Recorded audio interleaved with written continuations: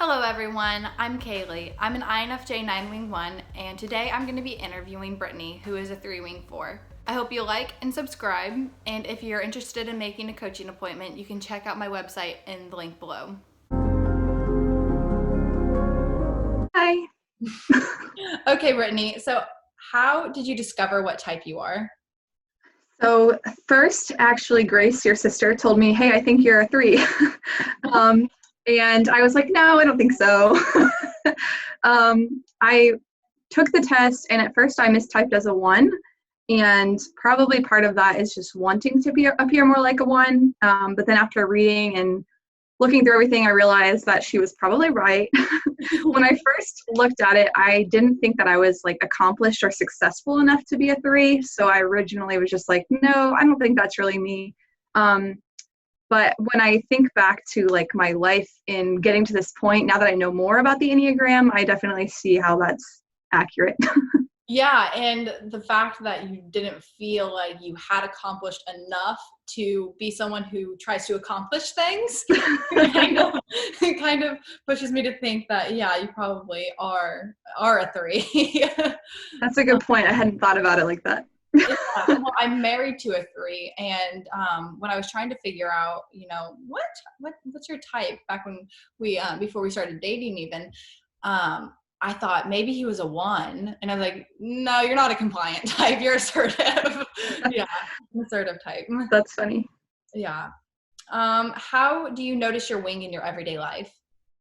So, I hadn't really looked into my wing a lot until recently, but I think that I am probably a 3 wing 4. I am more of a social type, so sometimes I appear more like a wing 2, just because that I am more social. But when it comes down to it at the core, I lean more toward that wing of 4. The one big difference for me is that I don't have the inner critic that a lot of people define 3 wing 4 as having. Kind of like the 1 has that big inner critic. I don't necessarily have like an inner voice telling me I'm doing a bunch of things wrong. And a lot of that is future orientation. Like I don't really dwell on things a lot. I listened to this podcast by Suzanne Stabile. I'm sure you know her. She is. And she said, like, I think it's 3s and 7s, like they don't fail, they grow. And so like, I feel like that's like so accurate for how I am. It's like, if I experience a failure or a setback, it's like, I'm really only down for maybe 30 minutes. And then I'm like, okay, let's move on. Yeah, that I like that you don't fail, you grow. And I think it might be easier for the 3-2 to feel discouraged, where the 3-4 might feel like they're ready to just move on. And Right. the 3-2s, because like if you have spent a lot of time with 2s or with 4s, you can see just how like polar opposite they can sometimes seem. And 2s really have a hard time with I need to please other people to kind of to not feel the shame that I feel within myself, like I'm not lovable. And I'm not trying to be generalized 2s or generalized 4s, but kind of patterns that I've seen within them. And with 4s, it's more like, I am this way and people have to accept it. Right. And I think that was when reading about the difference between the wing 2 and wing 4, the one that really drew me to the 4 is that idea that people telling you can't do something is what motivates you as a 3 wing 4. And that's definitely me. I could think of lots of instances in my life where I might not have even finished the thing, but the fact that someone told me I couldn't or wouldn't is what actually got me to do it.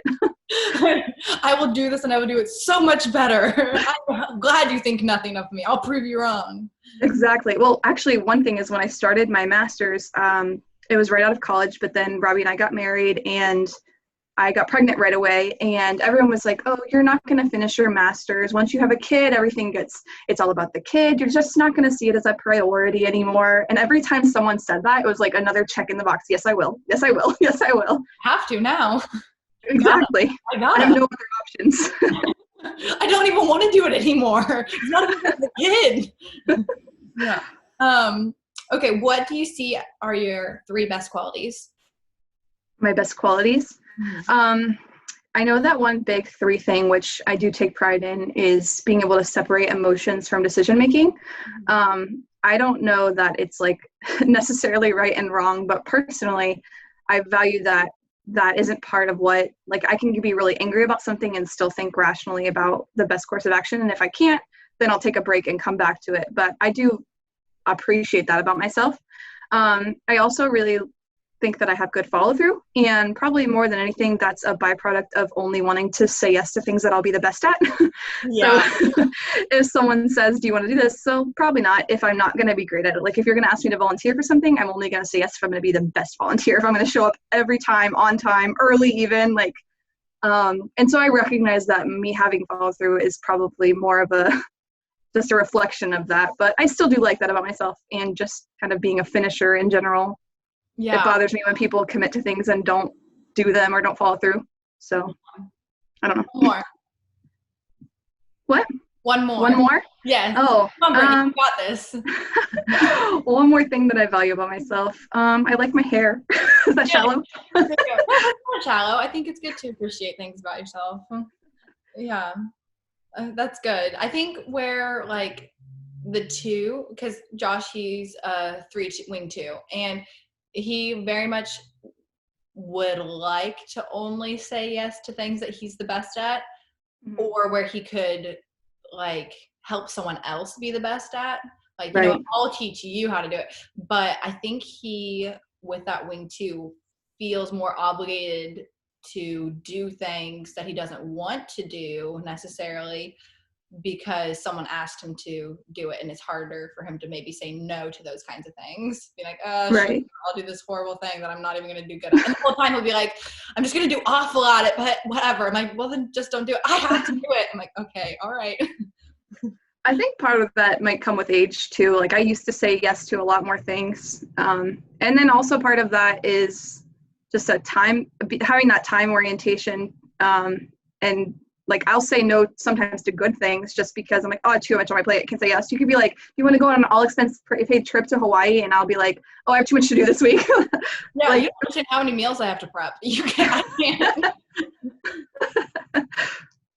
can't. Okay, so when do you feel most confident and most insecure? So definitely I feel more confident when I'm prepared for something. I really appreciate that you gave me the questions to this before you asked them to me so that I could feel more prepared. I feel more confident when I look good, which maybe that's everyone, but like when I'm dressed nicely and I don't know, I feel more presentable to the world. It makes me feel more confident. And then when I have a plan, I feel more confident. And then I don't know if you said 3, but I'm just giving you 3. And then for most insecure, I think when I can't read someone, or if I can't read the room, I'm just so used to reading people and knowing kind of what they're thinking without them telling me. When someone's putting out a weird vibe and I don't know what's going on in their head, then I'm trying to figure it out, like whether it's internally or asking you a bunch of questions, like I'm trying to process what's going on. And that makes me feel really insecure when I don't know what they're thinking. I'll just kind of obsess on it. Yeah. Or if I'm given a job that I just can't do, or like don't feel like I have the time or can't do it well, that really will make me feel insecure and stressed out. Or lastly, I would say if my emotions are too big, like if I'm having a hard time controlling them, I feel really insecure and like I just need to get away from whatever's going on to be able to recenter and then come back to it. Yeah. Yeah. I would say like not wanting to look stupid, not wanting to look like a fool, and not wanting to look like you don't know how to have a relationship with people, and feeling like really confused and lost. I mean, that's like, I think that's an insecurity that a lot of people have too, of like not wanting to come on too strong and not wanting to like, you know, cause problems. But like as a 3, that's one of your superpowers, is being able to like, you know, have good relationships with people and connections, good like networking with people. And when you can't do that, that's that's no fun. Or like when you go into an interview and everyone's really cold and you like don't know what they want from you, that is so stressful. The 2's like, I brought you cookies, I don't know what else. That's awesome. Okay, what does your inner critic tell you? My inner critic. So I think just, it depends on the season of my life. Like right now, this sounds crazy and I shouldn't say it or I'll jinx myself, but things are going pretty well for me right now. So I don't really have a lot of mental negatives. But when I'm not perceiving myself as successful, that's when I start to see myself as a fake. Like, oh, all of that was just a show. That's not real. This is who you really are. This is how people really see you. That kind of stuff. And like I said, that's more seasonal. Like when things are going well, I don't have those thoughts internally. But when things like are just not going in a way that I perceive would be where I'd want to be right now in life or successful, that's when I'd have more of those kind of thoughts. Yeah. And I heard, I think it was my dad talking about it in a book he read about 7s and 3s.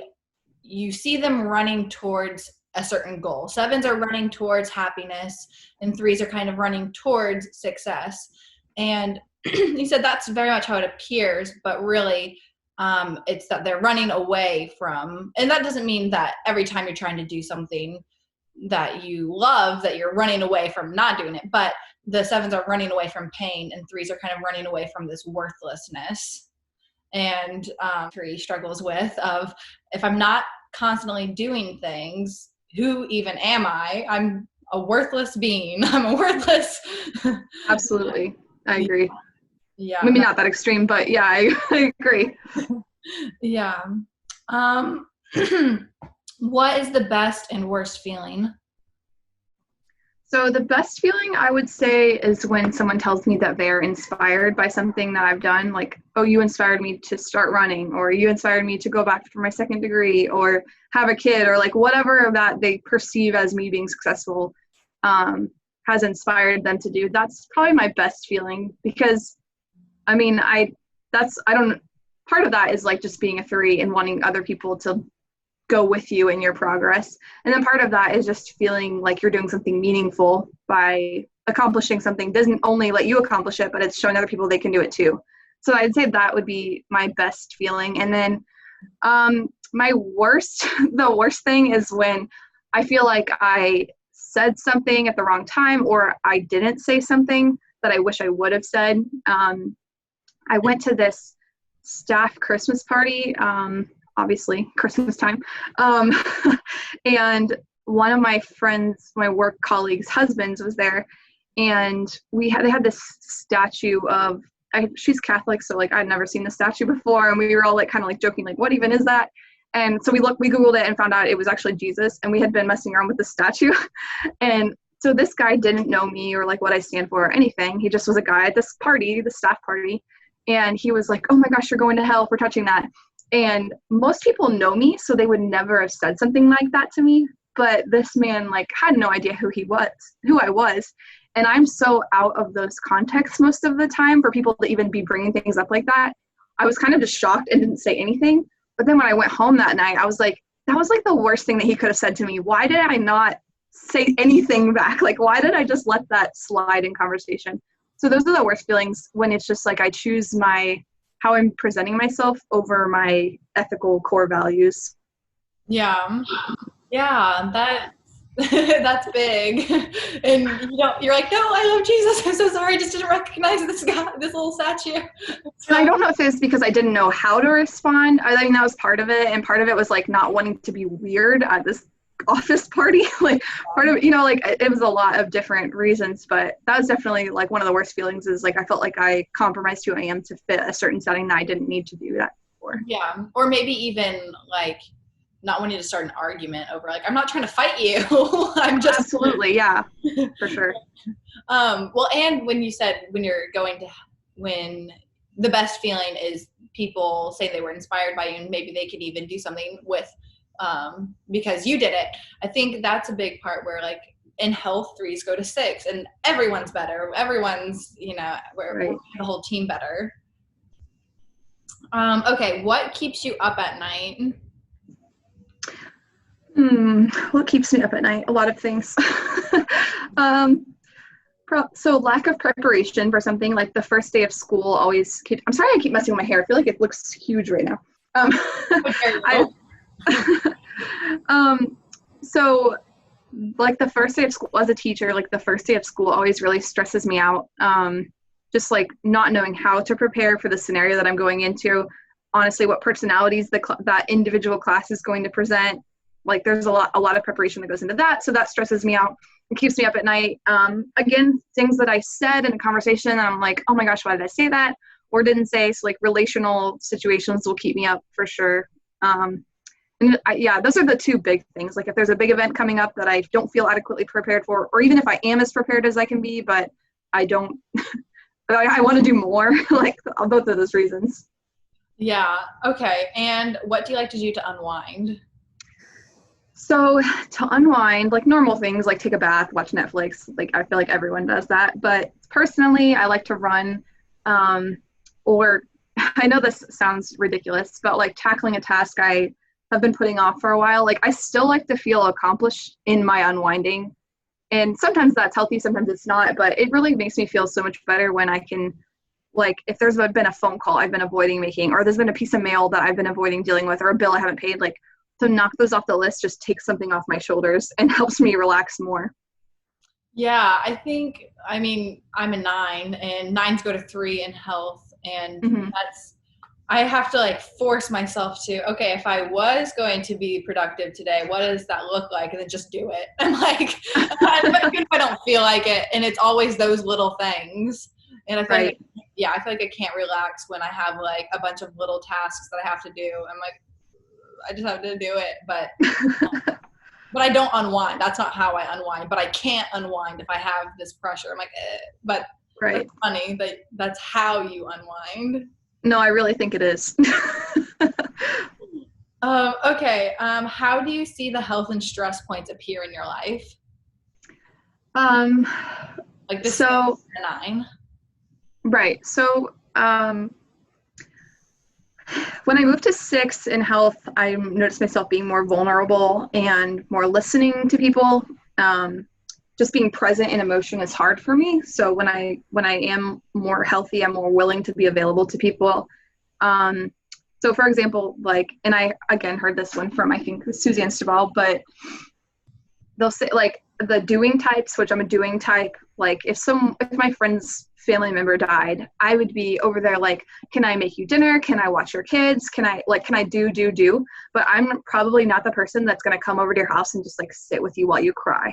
Like that's super hard and uncomfortable for me. I'm not uncomfortable with like that's awkward, but like it's physically difficult for me to just be present in someone's emotions, especially open-ended emotions. Like if there was like we're going to do this for 20 minutes and then it's going to be done, it'd be easier. But that's something that I've had to recognize within myself of just like being available. But when I am on that healthier side of 6, I definitely am able to be more present and to do that more often. And then the 3 is it's in the feeling type, but their feeling is separated from doing and thinking. So like you said, you take pride in the fact that you can make rational decisions and stuff even when you're emotional because you have that separation. And I know for a lot of 3s it feels icky, or it feels useless, or it feels like it's a waste of time to try to process all of these emotions that really shouldn't have anything to do with what you're gonna do. But sometimes you have to bridge the gap a little bit and be like, well, if you hate your life, you should probably do something about it. Well, I mean, I'm successful in what I'm doing. Well, what if you hate it? So, right. But then going to 9, sorry.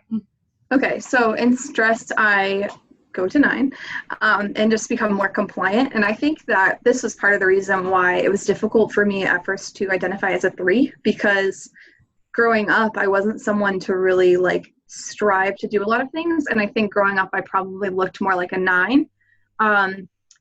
So just like, my parents are divorced, and as far as divorced parents and families go, I had it really well. Like they took care of me, they loved me, they wanted me to be successful. Like this is in no way like complaining about my childhood, but my parents didn't like each other, and they were really vocal about that and really obvious about that. And so whether they intended that to be put on me or not, I tended to try to not make waves. Like, let me be the person that you want me to be when I'm with you, and the person that you want me to be when I'm with you.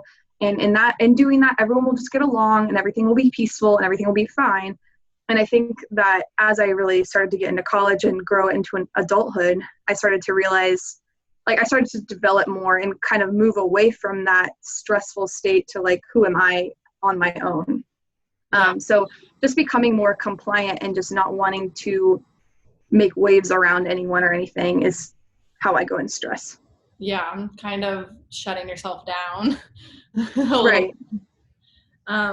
Okay, and last one. What are you tired of hearing people say about your Enneagram type?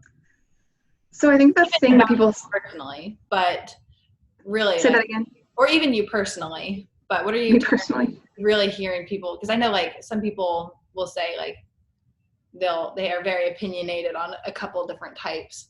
So I wasn't sure if you have anything that you are tired of say about threes. I think that some, especially on Instagram, there's a lot of information on there that's just like people half understanding the Enneagram and like putting out partial truths. And so it seems that a lot of times threes are portrayed as fake. And no one's ever like said that to my face. Maybe they've said it behind my back. I don't know. But I think it's important for people to understand that to a three, it's not fake, it's instinctual and it's survival. Like, I never would go into a room like trying to be someone that I'm not, but to me, reading the room is like as natural to a two comforting someone in crisis. Like it just happens when I'm present. And so being more self-aware and understanding yourself better, you can see how you shut down certain versions of yourself to be like the most ideal to everyone. I do have one story that probably doesn't help perpetuate this or stop the stereotype, but so when I was in high school, I had like different groups of friends, which a lot of people do, but I had like my school friends, and then I had my dad went to one church and my mom went to a Pentecostal church. So I had my youth group friends from my dad's church and then my youth group friends from my mom's Pentecostal church. And if like you growing up in church, you know the difference between these two very different groups of people. Yeah. And I was fine. Like I had learned how to be in all the groups and fit in perfectly, but I was having this birthday party where I was inviting all of my friends to this one party. And I was so stressed about them all getting along. I was like, they're not going to get along. They're going to hate each other. They're going to bring up all these awful points. And now, like later in life, I realized I wasn't really necessarily as worried about them getting along, but how I was going to be the neutral person to make all of them happy. Like, how was I going to be the same person in this scenario with all these different people? And so that's been really helping me to be reflective. But again, when I was that age, it wasn't something that I was trying to do or even recognize that I was being slightly different to these people. It was just like survival, you know, like make friends, get along. That's human nature. Yeah. So. And I think a lot of probably sixes, but a lot of nines would agree with that of like, who are you when you're with this person? Who are you when you're with those people? And then it's really like when you get by yourself. And because the three has the thinking and doing separated from feeling, when you get by yourself and you process those really difficult things, what is that telling you? Who are you then? And what do you personally care about? And I think that's something that might be hard for some threes to deal with, is figuring out what they personally care about. If everyone else in the world hated it, would you still care about these things? Right. Yeah. That's huge. And a lot of times I don't even know the answer. Yeah. Well, and I think fours are really good at that. They'll say, I want to find the most obscure thing that, you know, and I don't really care if these people like it or not. And, you know, they still will, some people will still care whether they like it or not. But a lot of fours, I think, can have a easier time separating themselves from maybe what everyone else is thinking and feeling and doing. And it's kind of hard to do that as a nine or even as a three when you're trying not to either cause problems or when you're trying to, you know, get ahead and network and be, like you said, when you want to volunteer, if you can be the best at it. Absolutely. Yeah. No, you're right. Well, do you have anything else you'd like to add? I think I shared everything that I had prepared. That you had prepared. Okay. Well, thank you, Brittany. Thank you for making this video with me today. And thanks for asking me. There will be other 3-4s that will watch this and be able to relate to you a little bit better and maybe help understand kind of what their type is. Yeah, that's great. Thanks for inviting me. Of course. I'll see ya. Bye. Bye. Thank you guys so much for watching, and if you are a 3-4, then I hope you felt maybe like you sympathized with this a little bit, or if you know a 3-4, maybe you can have a little more understanding with them and maybe a little more compassion and a little bit more love for your 3-4s in your life. I will see you guys in another video soon, and be sure to like and subscribe and check out my website.